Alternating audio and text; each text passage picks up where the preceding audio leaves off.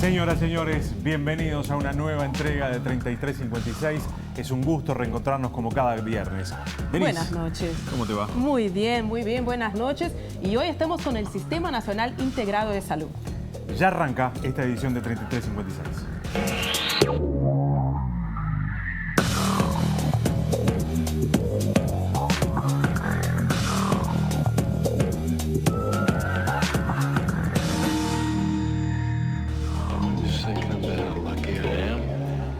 El tema que esta noche nos va a tener durante estos próximos 60 minutos es el Sistema Nacional Integrado de Salud. Yo diría una de las grandes modificaciones estructurales que ha sufrido el país en materia de salud en este caso. Vamos a presentar el tema de hoy con este informe que preparó la producción de 3356.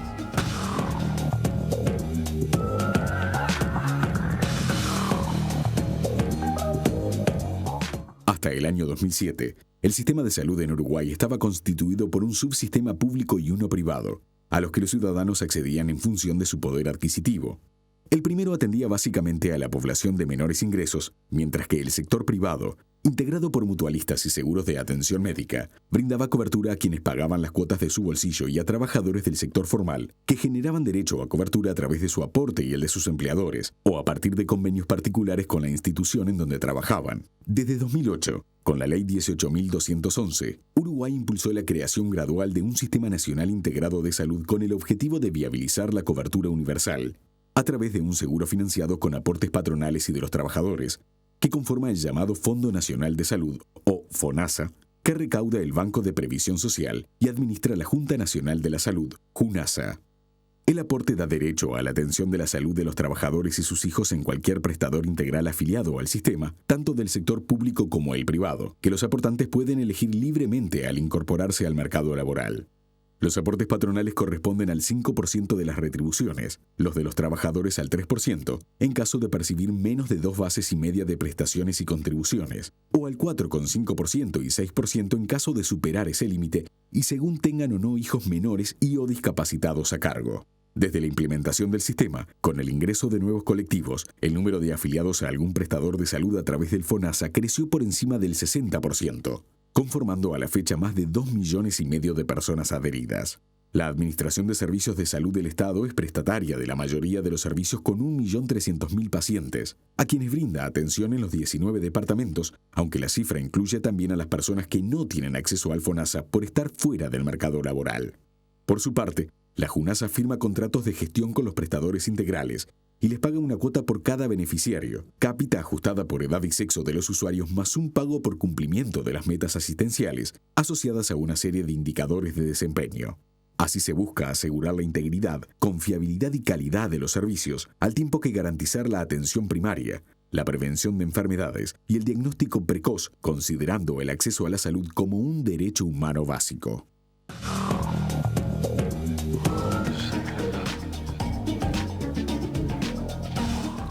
Ya a los 10 años de su puesta en marcha, el Sistema Nacional Integrado de Salud ha tenido logros, pero también pasa por interrogantes y planteos de ajuste. Vemos la segunda parte de este informe.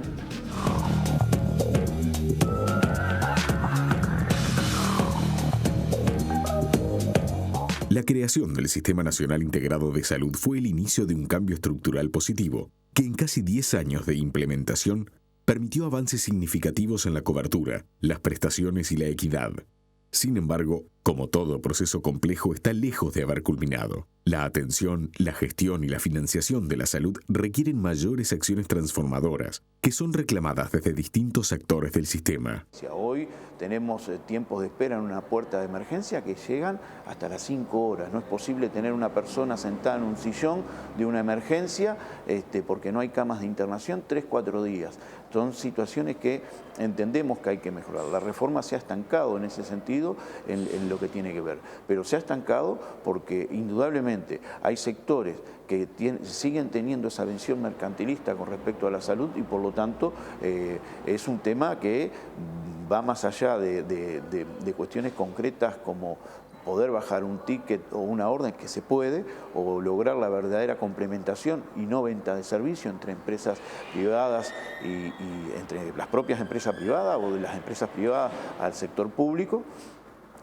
Que son decisiones políticas, ¿verdad? Que el Poder Ejecutivo, indudablemente, a través del Ministerio de Salud Pública, tiene las herramientas como para poder llevar adelante, pero indudablemente va a haber que pisar algunos callos porque esa visión mercantilista hace que el sector empresarial o las corporaciones empresariales cada día quieran aumentar su ganancia a costa de la salud de la gente y del salario de los trabajadores y las condiciones de trabajo.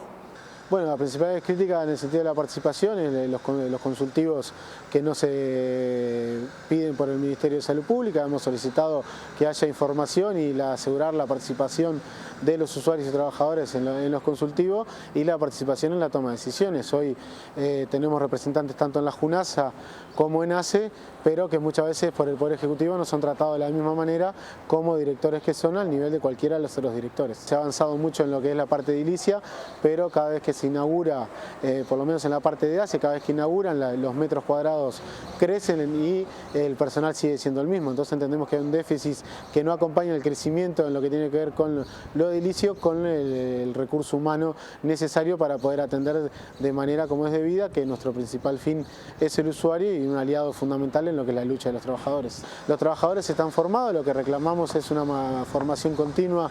Hoy en día las tecnologías van avanzando de manera muy rápida y bueno, hay que acompasar el crecimiento tecnológico con la formación de los trabajadores. Antes no es lo mismo, antes que se va un número y había que hacer la rascola, hoy se puede hacer por internet, vía telefónica.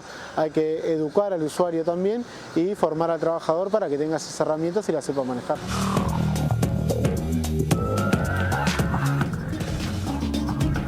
El tema quedó presentado y seguramente del otro lado ustedes están conversando en sus casas sobre algunas de las dificultades que se planteaban en el informe, de las que seguramente vamos a hablar ahora. Vamos a hablar y que probablemente personalmente les haya tocado vivir. A todos. @3356TNU es nuestra cuenta de Twitter. Se pueden comunicar con nosotros por allí, dejar sus preguntas, sus consultas, sus cuestionamientos, todo lo que quieran. Y ya recibimos el primer invitado en unos minutos. More having to care, more responsibility, more waiting to die.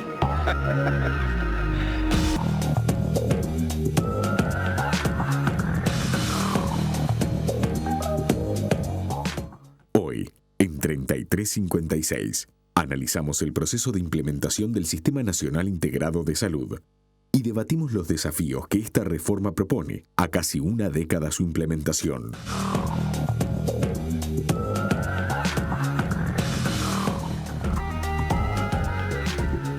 Son las 10 de la noche y 6 minutos. Recuerden, @3356TNU es nuestra cuenta de Twitter. Se pueden empezar a comunicar ya con nosotros, Denise. Exactamente. Empezamos ahora sí a profundizarnos en el tema con quienes realmente saben. Estamos recibiendo al doctor Miguel Fernández Galeano. Un placer, un gusto. Muchas gracias por acompañarnos. Bueno, el doctor Miguel Fernández Galeano es doctor en medicina por la UDELAR y es especialista en políticas de salud, consultor nacional de la Organización Panamericana de Salud, la OPS.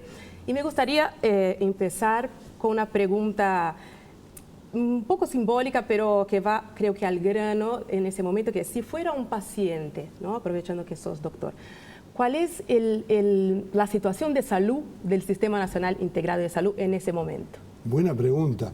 Yo creo que es un paciente que está recuperado, está estable, pero para que no tenga riesgos sanitarios en el futuro hay que seguir tratándolo, cuidándolo, previniendo problemas.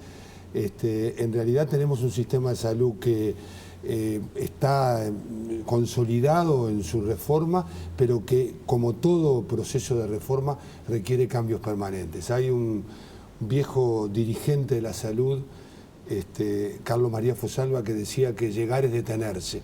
Y ese tema de que llegar es detenerse vale mucho para los sistemas de salud. Los sistemas de salud son sistemas vivos, que de la única manera que se puede seguir avanzando es si no caemos en la tentación de poner el piloto automático. Hay que seguir profundizando los ejes de la reforma, y el sistema avanzó mucho en lo que tiene que ver con los derechos y la equidad en el acceso, pero hay que avanzar enormemente. Yo los quiero felicitar por el informe en la calidad de la atención. Y ese es un gran desafío que tiene el sistema. Miguel, para hacer un poco de perspectiva histórica, ¿cuál era la situación de la salud y del sistema de salud en Uruguay antes de la implementación de la reforma? ¿Y cuáles fueron los pilares fundamentales sobre los que se construyó y se consolidó el Sistema Nacional Integrado de Salud? Bueno, en primer lugar, un estado de crisis estructural profunda. Por un lado teníamos a un sector privado, un subsector privado que tenía una verdadera crisis, un colapso. Entre el año 1995 y el 2004 desaparecieron 23 instituciones de salud, o sea que había una situación realmente de crisis profunda. Y teníamos un sector público absolutamente vaciado de contenido, que prestaba una salud pobre para pobres. Realmente el sistema tenía una crisis muy importante y la reforma lo que vino fue a resolver los tres grandes desafíos que todos los sistemas de salud tienen. Por un lado, el problema de la equidad. El sistema tenía grandes problemas de equidad, tanto en el acceso al sistema de salud, como equidad en el financiamiento, en lo que la gente aportaba al sistema de salud. Hay que recordar que lo que existía para la gente que podía pagar una atención era una cuota prepaga. Ahora, para mucha gente esa cuota mutual era el 25, el 30% de su salario. Muchas veces en esa solidaridad intergeneracional que tienen padres a hijos, los padres le pagaban a los hijos la cuota mutual. Hoy el aporte se hace a un Fondo Nacional de Salud y todos nos beneficiamos de un sistema solidario donde los enfermos son financiados por los sanos, donde los jóvenes financian a los adultos mayores y donde los que tienen menos recursos le aportan a los que tienen más recursos le aportan a los que tienen menos. En definitiva, el gran principio que puso en marcha la reforma fue el principio de considerar a la salud un derecho humano esencial, un bien público y no una mercancía, y una responsabilidad de Estado y de gobierno. Ninguna de estas tres cosas estaban respetadas cuando empezó la reforma. Y la reforma se apoyó en un concepto muy importante que es el de pensar en un sistema de salud donde cada quien aportara al sistema de acuerdo a su capacidad de aporte y todos recibieran de acuerdo a su necesidad sanitaria. Eso tan básico es lo que se puso en marcha con la reforma. Claro, allí se construyeron nuevas institucionalidades, ¿no? El FONASA, que es el organismo que financia en definitiva. El Fondo Común de Financiamiento. Exactamente. Se separó ACE del Ministerio de Salud Pública, se transformó en el prestador público. Pero ha habido dificultades a la hora de... O sea, es un gran volumen de dinero el que se maneja en el mundo de la salud. Es gigantesco el volumen de dinero. 5.000 millones de dólares. Exactamente. Y el 9% del Producto Bruto Interno. ¿Y qué tan equitativo es la forma en la que se reparte en el subsector público y en el subsector privado? Bueno, yo creo que... Digo, porque esto es central, ¿no? Porque estamos hablando de salud y si hablamos de salud no podemos hablar de salud si no hablamos de dinero. Sin duda, si no hablamos de su financiamiento. Yo creo que es donde más se ha avanzado, en la equidad del financiamiento. Lo voy a decir con tres cifras muy grandes. La primera, una que tiene que ver con el hecho que antes de empezar la reforma, al sector privado iba 3 veces más que lo que iba al sector público. Hoy prácticamente están equiparados. No están equiparados todavía. Prácticamente el sector privado el sector público recibe el 85% de lo que recibe el sector privado. Pero de una relación 3-1 pasamos a una relación casi 1-1. El segundo elemento es la equidad en el financiamiento. Recibe menos, perdón. Recibe menos sector. Recibe menos y tiene más gente para atender. Cuando decimos recibe menos es per cápita. Ah, estamos hablando del per cápita. Es una relación en el per cápita. Pensé que estaba hablando del volumen general. Cuando empezamos la reforma, el sector privado social, las instituciones de asistencia médica colectiva, recibían 1.200 pesos por mes y para el sector público eran apenas 350 pesos. Claro. Esa era la relación. Hoy la relación es una relación 1.600 a 1.300, 1.400 pesos en una cuota promedio. Incluso se ha ganado en el financiamiento haciendo que la devolución que hace el FONASA sea en función de la edad y del sexo. Por lo tanto, el aporte no es el mismo. Pero el segundo concepto es en el aporte. En el aporte antes el financiamiento era absolutamente inequitativo. La gente aportaba una cuota fija. Era un sistema de prepago donde aportaba una cuota fija. Y además, lo que recibía el sector público era muy poco. El financiamiento de ACE, esto hay que decirlo con todas las letras, pasó de ser 170 millones de dólares a ser 1.100 millones de dólares hoy. O sea que si se hace una ecuación a pesos constantes, la relación prácticamente es una multiplicación por 3,5 o por 4. Claro. O sea, eso se ha expresado claramente en un cambio en la dignidad de la atención y en la estructura que tiene hoy el sector público. Eso no quiere decir que necesariamente más plata signifique más calidad. Allí hay que cambiar memorias institucionales, tradiciones de funcionamiento, y ahí hay problemas en el sector público y hay problemas en el sector privado. Claro. O sea, muchas veces se tiende a estigmatizar problemas de funcionamiento que tiene el sector público. Yo creo que todo el sistema tiene problemas. Entonces ahí aparece un concepto muy importante, que es el concepto de rectoría. ¿Cuánto el Estado, como rector del sistema de salud, controla que ese fondo importante que se ha generado, que es el FONASA, sirve para poder condiciones de exigencia en la oportunidad, la calidad, la suficiencia de los recursos? Una cosa en la que se avanzó enormemente con la reforma es en el plan de beneficios. El plan de beneficios que tienen hoy, todos lo decían ustedes en el resumen inicial, que como les dije antes es muy bueno, me parece que es muy interesante partir de ese punto de partida que ustedes colocaron hoy, reciben las mismas cosas las personas que se atienden en el sector público que en el sector privado. Y eso me parece que es un cambio muy importante del cual el Uruguay debe estar orgulloso. Yo recorro toda América Latina, mi función actual en la OPS-OMS, en la Oficina Regional de la Organización Mundial de la Salud, y cuando uno transmite cuál es el conjunto de beneficios y de prestaciones, eso el uruguayo no lo percibe porque en general las políticas públicas tienen una característica: lo que se da se incorpora al paisaje. Claro. Y la gente piensa que fue toda la vida. Pero hoy se le da en el sistema de salud una cantidad de prestaciones a la gente que efectivamente son muy completas en términos comparativos. Claro. Miguel, se habla también de la sobreposición de servicios, ¿no? Y ahí capaz que el ajuste se necesita hacer un poco más, por ejemplo, el integrado, ¿no? La parte del integrado. Claro.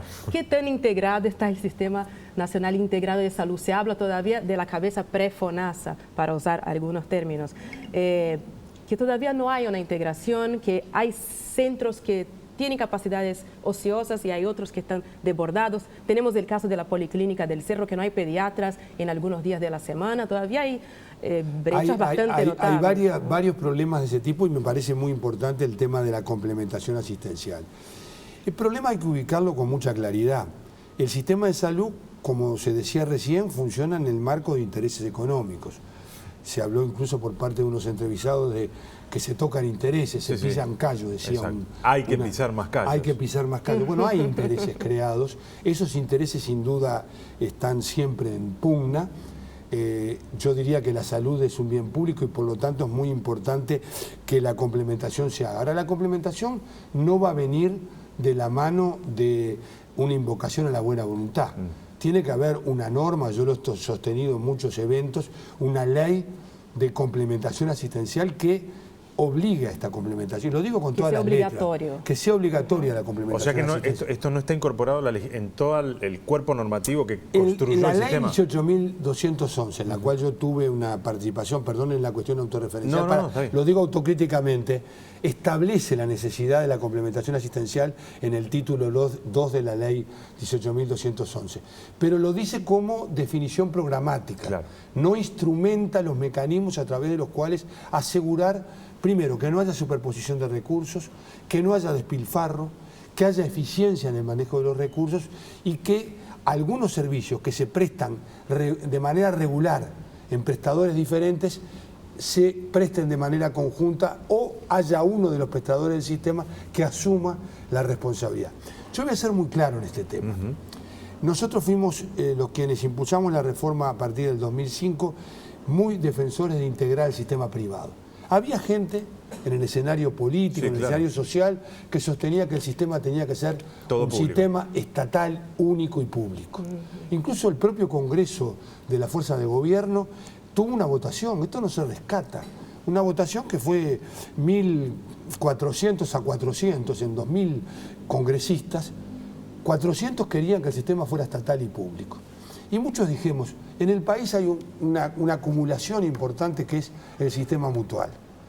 Los propios trabajadores de la salud privada, la Federación Uruguaya de la Salud, defendieron esta idea de un sistema integrado. Porque la idea era cómo incorporar al actor privado, que era un activo que tenía el país. Nosotros decíamos, no somos una empresa de demoliciones, no venimos a construir un sistema de salud sin tomar en cuenta todo lo que ha acumulado el país en un sistema originalmente solidario como era el sistema mutual. Y digo originalmente solidario, porque ya el sistema mutual cuando entró en crisis fue porque se mercantilizó. Claro. Y aún hoy con un sistema de salud integrado sigue teniendo problemas de los intereses de lucro que no pueden estar colocados en el sector privado. Entonces, pero que siguen estando, ¿no? Que siguen estando. Digo, ¿por qué? Que en algunos momentos se ven con mucha claridad, por otra parte. ¿Por qué pasa esto? Pasa porque todavía seguimos en un sistema de mercado. El Uruguay apuntó a un sistema de salud integrado, pero en el marco de un sistema que tiene reglas de juego, que son reglas de juego del capitalismo, vamos a decirlo con total claridad. Por lo tanto, lo que tiene que hacer la conducción política de la reforma, desde mi punto de vista, y esto lo comparte el Ministerio de Salud, lo ha compartido las 3 administraciones del sistema de salud, es conducir al sistema hacia garantizar un sistema de salud que defienda el carácter de derecho a la salud y que defienda el carácter de bien público de la salud. ¿Esto supone eliminar la gestión privada de la salud? No, supone controlar que esa función privada sea una función eficiente, sin fines de lucro y complementada con la función pública. Claro. Un sistema de salud que no tenga un sistema público fuerte no es un sistema integrado. Un sistema de salud con un sistema privado que no trabaja para complementarse y potenciar los resultados sanitarios, potenciar el acceso al derecho a la salud, por ejemplo, reduciendo a la mínima expresión ese impuesto a la enfermedad que son los tickets y las órdenes, es un sistema que está condenado a tener dificultades en la respuesta para la gente. Claro. Una última muy cortita, porque no quiero dejarlo pasar. En la discusión previa, recuerdo, y cuando después se transformó en ley y hubo que instalar, digamos, en el territorio la reforma, se hablaba había grandes asuntos que estaban en la discusión pública en ese momento. La accesibilidad, sin lugar a dudas, el acceso universal, el cambio en el modelo de atención. Han pasado 10 años de la instalación de la reforma. Se ha avanzado poco, me da la sensación, en esto que era uno de los aspectos centrales. Lo recuerdo a usted particularmente en varias entrevistas hablando de este tema central. Puede y debe mejorar. Si quiere que se lo diga corto, yo creo que, como decían en el carnet, ¿no? ¿Te acordás? Digo, puede y debe mejorar. Puede, debe rendir más. Rendir más, exactamente. Yo creo que acá hay muchas dificultades, o sea, que tienen un origen en esta necesidad de la complementación. Es muy difícil cambiar el modelo de atención, por eso que la pregunta que hacía Denise es muy apropiada, si no hay complementación. Claro. Si cada quien compite. Nosotros queremos un sistema, yo aspiro a un sistema donde haya una complementación, donde no haya una competencia de mercado, sino que haya una complementación por resultados sanitarios. Porque de un tema de que no hablamos es que un sistema de salud tiene que estar orientado no por sus... En Uruguay tendemos a discutir mucho medios y no discutimos fines. Claro. ¿Cuál es el gran fin de la reforma? El gran fin de la reforma es cumplir con objetivos sanitarios que permitan que la gente tenga una calidad de la atención. Entonces, el modelo de atención se ha movido. La aguja se movió en un sentido positivo, pero de manera muy insuficiente. Y creo que si ¿Era lo que se preveía en aquel momento, pensando en 10 años adelante? Uno siempre tiene expectativas, porque bueno sería que no fuera así, de ir más rápido. Hay un tema que se llama correlación de fuerza, hay un tema que se llama actores, hay un tema que se llama voluntad política, porque es fácil en una entrevista, yo acá, pisar callos lo puedo decir muy rápido. Si después tengo que ser yo el que piso callos y tengo que tener gobernabilidad para hacerlo, voy a tener que dar algunas batallas y otras no. Yo estuve en el gobierno 5 años, entonces yo no puedo venir acá a decir es fácil cumplir la función de control, pero hay que cumplirla. Claro. Bueno. Doctor Miguel, muchas gracias. Gracias a ustedes. Es un gusto como siempre. Gracias. Hacemos una pausa y se viene el debate, la 3356. Exactamente, sí. Recibimos el vocero de las mutualistas, Daniel Porcaro, y el secretario general de la FUS, Jorge Bermúdez.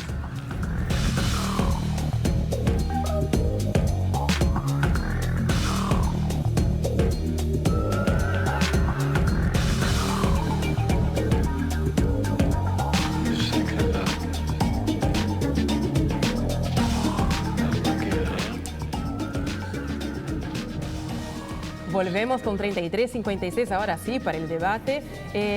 Vamos a acordarnos que pueden mandar sus comentarios, preguntas, intervenciones. Nuestro Twitter es @3356TNU. Gabriel. Gracias a los invitados por estar aquí esta noche. Daniel Porcaro es vocero del plenario de mutualistas, representante de las instituciones de asistencia médica colectiva nucleadas en la Cámara de Instituciones y Empresas de la Salud. Gracias por estar. ¿Qué tal? Muchas gracias a ustedes. Y Jorge Bermúdez, que es secretario general de la Federación Uruguaya de la Salud. Jorge. Un gusto. Gracias por estar. Gracias. Arrancamos con algunos de los asuntos que quedaban planteados en el informe y también en la presencia recién del doctor Miguel Fernández Galeano. Ha avanzado, pero debería avanzar a otra velocidad. Se ha avanzado poco en materia del cambio del modelo asistencial, decía el doctor Fernández Galeano. ¿Los trabajadores cómo están observando esto? Es claro que nosotros hace tiempo que estamos planteando la necesidad de la profundización de la reforma del sistema de salud. Yo creo que a la reforma de la salud le pasa lo que le pasa a otras políticas públicas en estos gobiernos de izquierda que hemos tenido hasta ahora.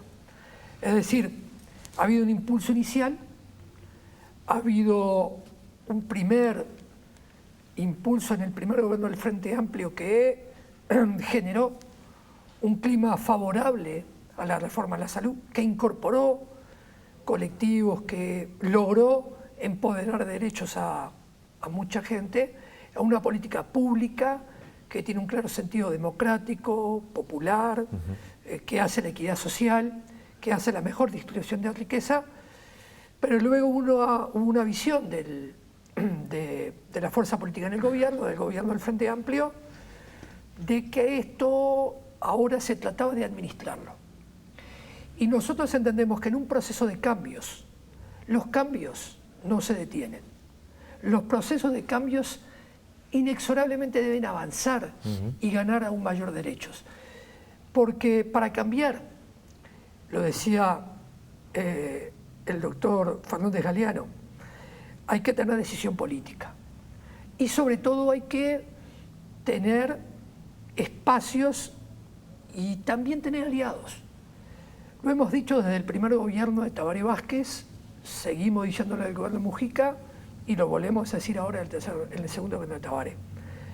Los principales aliados de los cambios son los trabajadores y el conjunto de la población. No en vano hemos conformado un espacio social.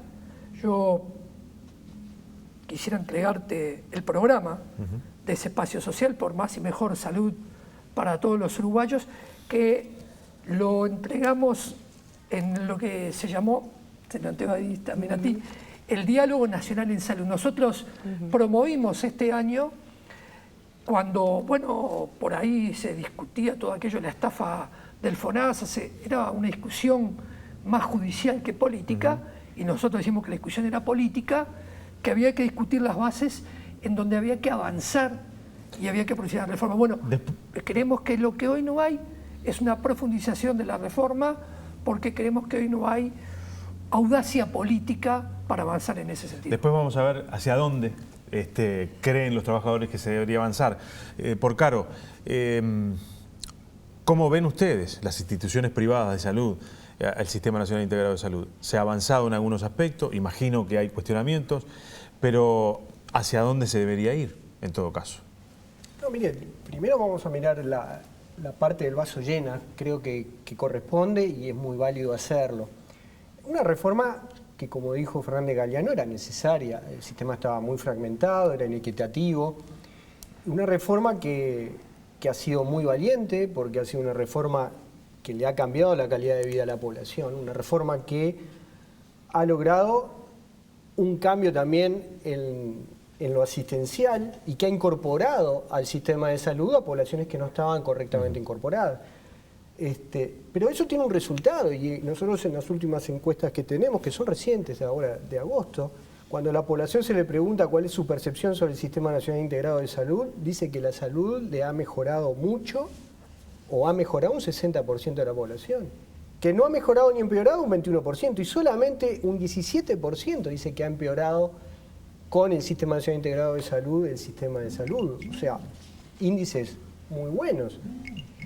¿Cuál ha sido el impacto personal que han vivido en el Sistema Nacional Integrado de Salud, aquellas personas que antes estaban en un sistema y que ahora están en otro, o sea, que han vivido los dos sistemas en estos 2 años, un 60% dice que ha mejorado su experiencia personal en el sistema de salud, otros dicen que el 25% dicen que ha sido la misma y otros que han empeorado. O sea, la percepción personal y hacia el Sistema Nacional Integrado de Salud de la población es muy buena, es excelente. Por lo tanto, ha sido un cambio valiente, un cambio que se ha encarado políticamente y que ha sido un cambio trascendental. En las instituciones privadas de salud hemos tenido que hacer un desafío enorme. Hemos incorporado del 40% de la población que atendíamos al 61% de la población total del país. Pero hemos incorporado poblaciones realmente importantes para el país. De los menores de edad de 13 años que atendíamos antes de la reforma en el 2006, que era el 22% de los menores de 13 años, ahora atendemos al 60%. Y del 25% de la población más vulnerable, aquella que tiene 3 bases de prestaciones y contribuciones como ingreso, atendíamos al 25% y ahora atendemos al 40%.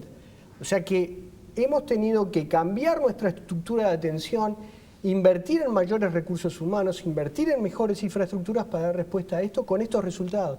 Por lo tanto, de la reforma nosotros, la verdad que vemos muy satisfactorio lo que se ha caminado hasta ahora. Que hay aspectos perfectibles, como dijo Fernando Galeano, sin duda.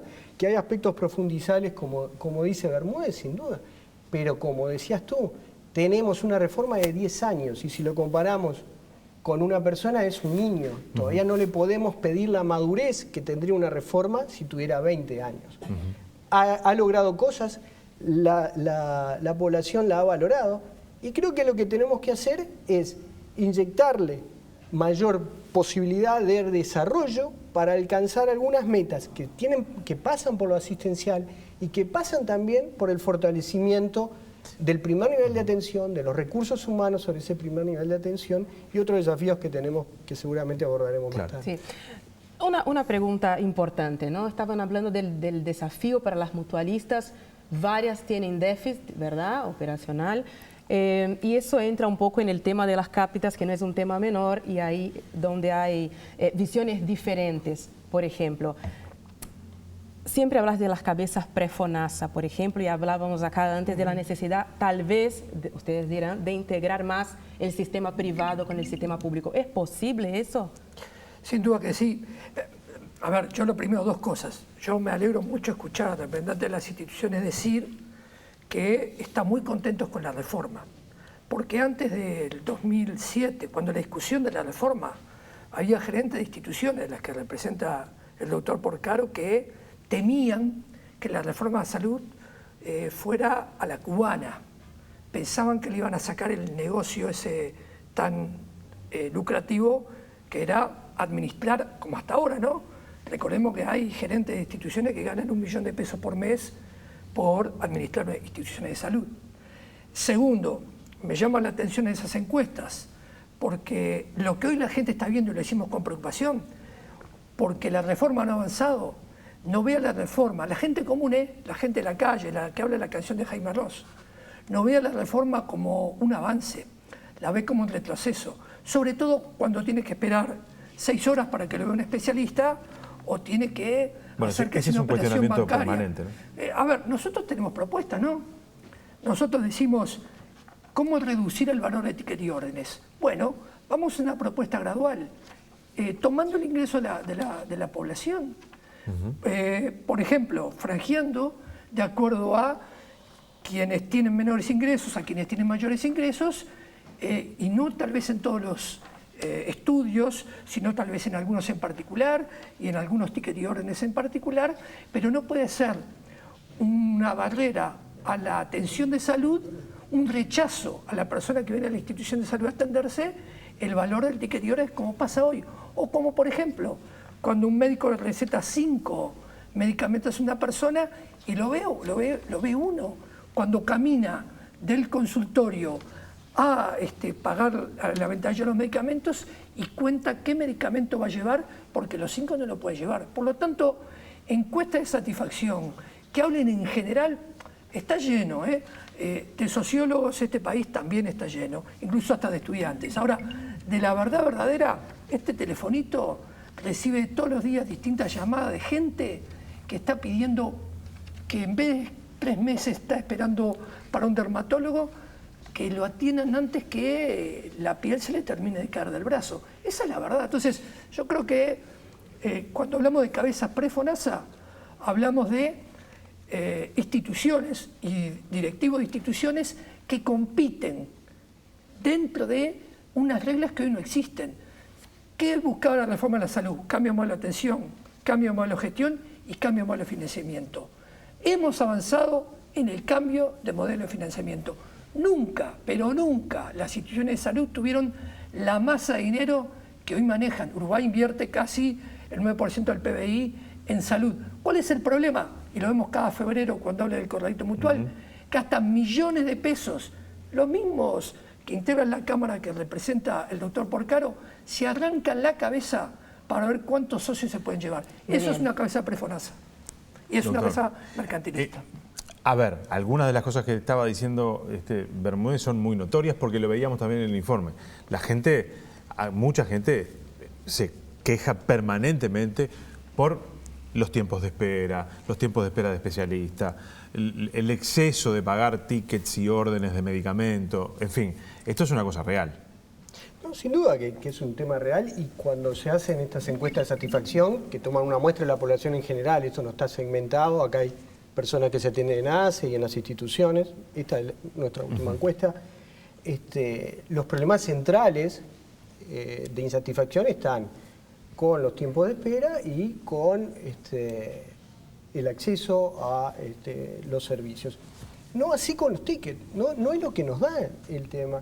Fíjense que se le preguntó a la población esta de la que estamos hablando, una encuesta que hecha en agosto, se le preguntó si alguna vez había dejado de atenderse por los tickets y órdenes, y dijeron no, nunca, el 82% de la población. Yo lo tengo segmentado acá por sexo, edad y nivel de educación.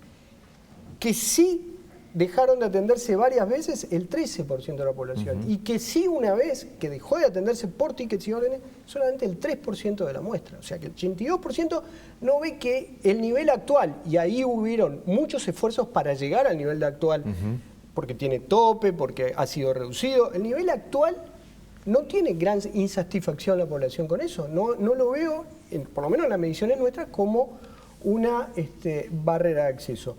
Lo que sí está siendo un problema de administrar y que forma parte de un cambio más evolutivo y que lleva más tiempo, que tiene que ver con el proceso de atención, ir más a un primer nivel de atención y no tanto a los especialistas, que es donde la gente encuentra más barrera de acceso, es un problema que está teniendo generalmente todos los sistemas de salud. Voy a tomar el de España nada más, voy a tomar el sistema de información sobre lista de espera del Sistema Nacional de Salud de diciembre del 2016 en España, que es un sistema que está integrado y con muchos más años de los 10 años que nosotros tenemos en tema. Casi quebrado, ¿no? Sí, casi quebrado. Porque es un sistema que es, como nosotros también tenemos elementos, muy correlacionado con variables fiscales y macroeconómicas del país. Si el país le va bien, al sistema le va mejor. Sí, sí.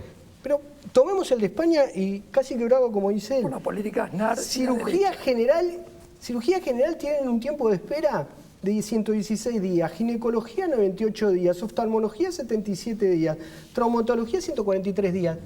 No es muy diferente a lo que nos pasa a nosotros. Capaz que nosotros estamos mejor que esto. A las consultas médicas del sistema español, para acceso a la consulta médica de especialistas, tenemos esto es público, esto lo pueden encontrar en internet. Para ginecología 71 días, oftalmología 90 días, traumatología 82 días. No es muy diferente a lo que nos pasa a nosotros.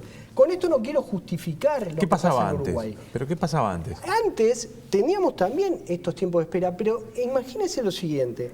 En el sistema privado mutual tuvimos que dar cabida a este aumento que le hablé de la población, y tuvimos que adecuar tanto la infraestructura como la infraestructura humana de atención. Entonces, para determinado tipo de especialistas hay estos tiempos de espera. Pero acuérdense que también en un esfuerzo de regulación del Ministerio de Salud Pública, nosotros tenemos regulados los tiempos de espera que tenemos que tener. tanto en especialistas como en médicos generales. Eso está regulado. Por lo tanto, no podemos ir más allá de lo que tenemos regulado. Ahora, si usted quiere llegar a un especialista, bueno, grado 5, que realmente tiene un cuello de botella porque estamos atendiendo más población con los mismos recursos humanos. Pero ese es un debate que acá lo tendríamos que dar conjuntamente con la Universidad de la República, que es la que forma los médicos, y con el sindicato médico, porque también esta reforma no solamente es una reforma que ha abarcado lo económico, que sino también ha abarcado cuestiones muy fundamentales de nuestra atención, por ejemplo el trabajo médico, por ejemplo condiciones de mejora del recurso humano de la salud, porque hace poco estuve hablando con un decano de una universidad de Montevideo que hicieron un estudio sobre Uruguay y el riesgo que tiene de que la robotización, la mecanización cambie la conformación de la mano de obra de Uruguay. Me dijo, ¿sabés qué, Porcaro? El único sector que no va a sufrir esto y está en último lugar es el de la salud, porque el recurso humano es fundamental. Entonces lo que hay que hacer es capacitarlo y es mejorar las capacidades humanas. Decías que no, con la cabeza en varias afirmaciones que hacía Porcaro. De verdad, es una noche de sorpresas. Primero, por lo último, si hay alguien que se opuso a lo que propuso la FUS y sacó el último convenio colectivo, que fue la capacitación en línea a cambio de un cobro, una partida salarial todos los eneros, fueron las instituciones. Se opusieron, pusieron todas las piedras en el camino posibles para que no saliera. Sorprendentemente hoy se dice acá públicamente, qué buena idea, me alegro mucho. Porque claro, hay 50.000 inscriptos que están haciendo esos cursos en línea. Segunda cuestión, me alegro mucho que se digan cosas aquí que, por ejemplo, en ese diálogo nacional en salud que propusimos, las instituciones no plantearon una sola idea. Es más, dijeron, no vamos a discutir este tema aquí, lo vamos a discutir particularmente con el Ministerio de Salud Pública. Por lo tanto, noche de sorpresas. Tercera gran sorpresa, el problema junto con el cambio de modelo de atención, que las instituciones no discuten. Cuando hablamos del cambio de modelo de atención, que no se lleva adelante con muchas dificultades, hablamos del papel del médico generalista. Claramente, las instituciones, este problema de los tiempos de espera, nace cuando no se prepararon para la absorción de la cantidad de afiliados que ingresaban. Hicieron campaña a diestra y siniestra, ofreciendo ahí el oro y el moro para que la gente se afiliara a las instituciones de salud cuando recién comenzó el Sistema Nacional de Salud. No hubo, como nosotros planteamos, un estudio sobre un límite inferior y un límite superior que pudieran abarcar las instituciones de asistencia médica colectiva con respecto al número de afiliados. Entonces, ahí está el principal pecado. Ese es el pecado original. La FUS pretendía que hubiera límites por supuesto, de la cantidad de afiliados que podía tener las instituciones. Porque estaba visto cambio. Por ejemplo, ¿cómo se puede mejorar los tiempos de espera? Nosotros planteamos que tiene que haber, lo decía el doctor Miguel Fernández Galeano, y está en la propuesta no solo de la FUS, del Sindicato Médico del Uruguay, de la Federación de Salud Pública, de la Asociación de Usuarios, de una concertación, de una coincidencia estratégica que junto, repito, con los usuarios hemos presentado al Ministro de Salud Pública para ese diálogo nacional de salud que ha quedado empantanado. ¿Cuál es el planteo? Bueno, que haya una complementación real público-privada y privada-privada. Pongo ejemplos. Hay instituciones de Montevideo en una misma área geográfica que se caen de afiliados y hay otras que tienen instalaciones en donde justamente lo que le tienen son afiliados. ¿Por qué no puedo una complementación allí? ¿Por qué yo me operé hace poco de rodilla? Bueno, me operé en otra institución que me logró superar el problema, a la cual también me afilié. Pero podía haberlo hecho antes si la institución de la que yo, además soy también afiliado, la que tenía anteriormente, tenía una coordinación con otra institución que tiene instalaciones ociosas, y donde yo me podía capaz que atender con un traumatólogo no tan calificado, no tan grado 5, no tan estrella como la que yo estaba anteriormente, y me podía atender ahí. No hay complementación privada-privada, hay lógica de competencia entre las instituciones. ¿Faltó previsión? ¿Falta complementariedad? No, yo sobre el tema de la previsión o no previsión, la verdad no me puedo despedir, porque lo que ha habido acá es un enorme desafío, el enorme desafío de darle respuesta a una reforma. Y lo que no puedo admitir es que le dimos respuesta con estos niveles de aceptabilidad. Hemos cambiado nuestros recursos humanos, hemos cambiado y ampliado nuestra infraestructura, nuestra tecnología, hemos conseguido esto y lo hemos hecho con un enorme esfuerzo de gestión, con recursos que han sido limitados y que han venido por diferentes vías, pero que nos han provocado también, a lo largo de este tiempo, déficits operativos consistentes. Esos déficits operativos consistentes son los que terminan en que en los últimos 5 años acumulamos déficit operativo de 130 millones de dólares y pérdidas acumuladas, estoy hablando de Montevideo, institución Montevideo, de 140 millones de dólares. El esfuerzo ha sido enorme. ¿Y cómo hemos hecho frente a eso? Con mayor endeudamiento. Hemos conseguido también ayuda para hacer las inversiones por la sobrecuota de inversión, que ahora está suspendida y en el Parlamento no se sabe si se va a aprobar para encarar los nuevos desafíos que tenemos que encarar, que es la historia clínica electrónica, que va a mejorar el derecho a información, la determinación de los costos y el nivel de accesibilidad a información de la población. Y tenemos muchas cosas por enfrentar. Si el diagnóstico que les tengo que dar hoy en día a 10 años de reforma es que es una reforma joven, que la tenemos que dejar madurar, que la tenemos que hacer sustentable y que hoy en día tiene anemia, porque un sistema en el cual permanentemente tenemos que trabajar con déficits operativos, eso llevado al símil de un paciente es tener anemia, porque no es normal. ¿Cómo es que nosotros nos mantenemos todavía vivos? Con mayor endeudamiento que implica mayor pago de intereses. Y esos pagos de intereses financieros no va a lo asistencial. O sea que ese círculo que de virtuoso no tiene nada, hay que terminarlo. ¿Cómo lo estamos encarando? Lo estamos encarando con un diálogo que ya lleva un tiempo con el Poder Ejecutivo, para llegar a un sistema de financiamiento que por lo menos termine con esta patología. Y termino acá, brevemente.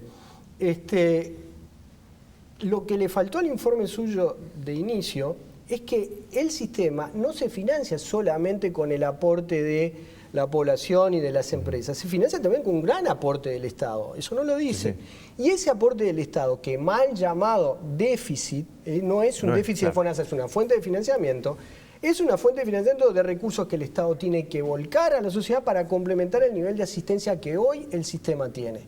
Y lo que hay que salvaguardar es que ese sistema sea eficiente, brinde la calidad que la población se merece y que responda a los desafíos futuros que tenemos, sin que caiga en estos problemas que uno está viendo y que tenemos que resolver. O sea que el Estado debería volcar más dinero, más recursos. A ver, acá hay dos cosas. Lo que tenemos que asumir es que el diseño del sistema es un diseño de un sistema que es muy correlacionado también con los fondos públicos. Si la economía se decae el empleo, decae el salario real y por lo tanto el Estado tendría que poner más. Claro. Si la economía sube, al revés. Nosotros lo que estamos diciendo es que tenemos que encontrar aquel equilibrio del sistema en calidad y en eficiencia que haga que la población tenga el nivel de asistencia que se merece. Un minuto. Un minuto. Y terminamos. Las perspectivas para nosotros son claras. O el Sistema Nacional Integral de Salud avanza, pisa esos callos, que son los callos de la corporación empresarial, que son quienes frenan el avance de los cambios. Y además toma decisiones políticas claras, avaladas en los trabajadores y en los usuarios que le están diciendo todos los días al gobierno, si quieren cambiar, cuenten con nosotros, o esta reforma, en el marco de un proceso de cambios en el Uruguay, va a ir retrocediendo palmo a palmo. Y lo vemos en la región, vemos las experiencias de nuestros países hermanos, cuando los procesos de cambio se detienen y se transforman en procesos burocráticos y se basan en encuestas que nadie sabe de dónde salen y en visiones donde en vez de que la salud sea una inversión pasa a ser un gasto. Esos procesos y el conjunto de los cambios retroceden y tal vez para una pausa o una involución muy larga. Hoy en el Uruguay, yo saludo este programa, la salud no está en la discusión pública ni en el 10º lugar. Yo sé que el tema del inversor es muy importante. Ahora, el Uruguay invierte casi el 9% de su PBI en salud. Y sin embargo, no está en la discusión política, no está en la agenda política. ¿De quién es la responsabilidad? No de los trabajadores. Ámbito de discusión, los proponemos permanentemente. Sí está en la cabeza de los empresarios de salud, que lo vuelven a decir, lo de ellos es precisamos más plata para que esto ande mejor, y está en la cabeza de un gobierno que por no enfrentar sus propias contradicciones en este y en otros temas está, bueno, haciendo peligrar que los cambios en el Uruguay no avancen. Y de no avanzar, miremos Temer, miremos Macri, miremos lo que pasa en la región, y eso nos preocupa muchísimo. Gracias, Jorge, por haber venido. Daniel, gracias por haber venido. Gracias a ustedes. Hacemos una pausa, señores. Venimos con el último tramo de 3356.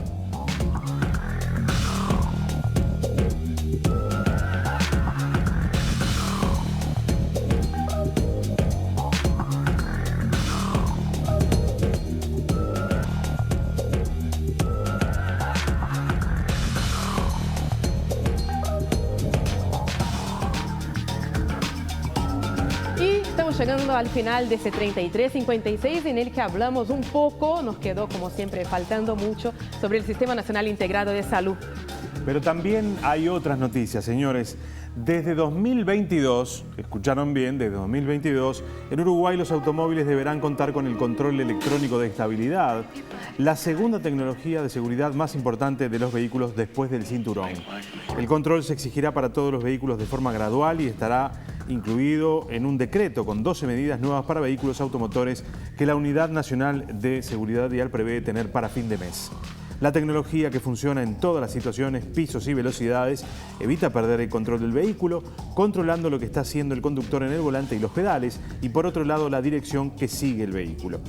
Si ve que hay alguna incongruencia, el dispositivo activa el freno en cada rueda y pone el auto en la dirección que el conductor efectivamente quiere llevarlo. Una innovación interesante que se va a incorporar a la legislación desde 2022. Por más seguridad, ¿no? Y seguimos con el tema de seguridad porque Twitter suspendió casi 1 millón de cuentas en los últimos 2 años, de 2015 a esta parte, por apología del terrorismo. Fueron suspendidas 935.897 cuentas. Solo en el primer semestre de este año la red social cerró 299.649 cuentas por este motivo, el 95% de las cuales fueron identificadas gracias a sus herramientas internas.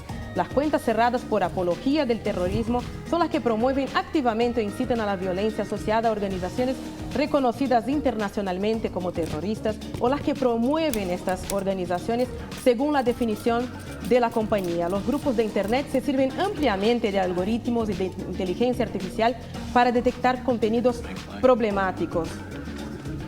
Denise, ¿cómo te anda la huella electrónica?